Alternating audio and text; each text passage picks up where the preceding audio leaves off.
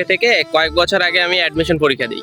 তো অ্যাডমিশন পরীক্ষা দেওয়ার পরে চান্স পাওয়ার পরে সবার প্রথমে যে প্রশ্নটা আসে সেটা হচ্ছে সাবজেক্ট চয়েস, ঠিক আছে? তো সাবজেক্ট চয়েস দেওয়ার সময় আমার সামনে অনেকগুলো সাবজেক্ট চলে আসে এবং আমি সাবজেক্টগুলো খুঁজতে থাকি।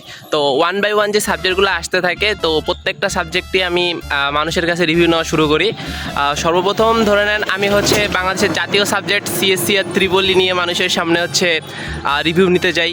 তো প্রত্যেকটা সাবজেক্ট রিভিউ নেওয়ার সময় মানুষ আমাকে একটা কথাই বলে, সেটা হচ্ছে দেশে এটার কোনো কেরিয়ার নাই, কিন্তু দেশের বাইরে অনেক ভালো কেরিয়ার আছে।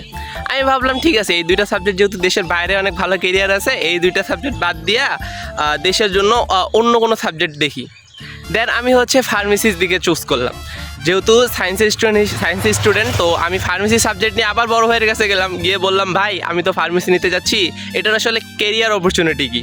ভাই বললো দেখো ফার্মেসি অনেক ভালো সাবজেক্ট, তুমি এই ফার্মেসি নিয়ে পড়ালেখা করতে পারো, তবে দেশে একটু কম এটার কেরিয়ার আছে, কিন্তু দেশের বাইরে এটার অনেক ভালো একটা কেরিয়ার আছে। তুমি যদি দেশের বাইরে এই সাবজেক্ট নিয়ে তোমার ভবিষ্যৎ গড়তে চাও, তুমি অনেক ভালো কেরিয়ার গড়তে পারবা।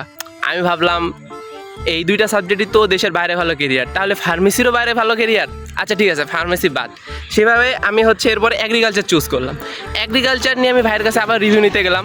ভাই আমাকে এসে বলল যে হচ্ছে এগ্রিকালচার অনেক ভালো একটা সাবজেক্ট, এটাতে পড়লে তুমি লাইফে শাইন করতে পারবা, কিন্তু ওই যে এটা হচ্ছে দেশের বাইরে অনেক ভালো কেরিয়ার, কিন্তু দেশে এটার কেরিয়ার একটু কম, বা দেশের বাইরের তুলনায় দেশে কিছুটা কম। এখন আমার কথা হচ্ছে প্রত্যেকটা সাবজেক্টে যদি দেশের বাইরেই এত ভালো কেরিয়ার হয়, তাহলে এই সাবজেক্টগুলো দেশে পড়ানোর দরকার কি? দেশের বাইরে পড়ালেই তো হয়ে যায়।